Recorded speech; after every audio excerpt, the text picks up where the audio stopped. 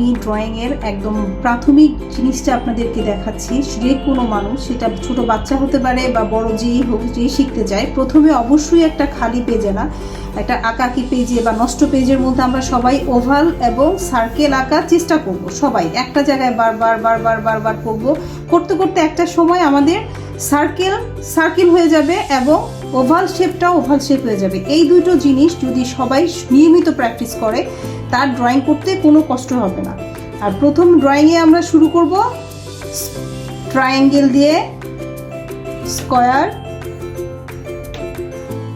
এই দুটো শেপ দিয়ে আমরা মোটামুটি সমস্ত ড্রয়িং শেষ করতে পারবো প্রাথমিক অবস্থায়। তাই আমরা সবাই চেষ্টা করব যে কোনো পেজের মধ্যে সার্কেল এবং ওভাল প্র্যাকটিস করার জন্য।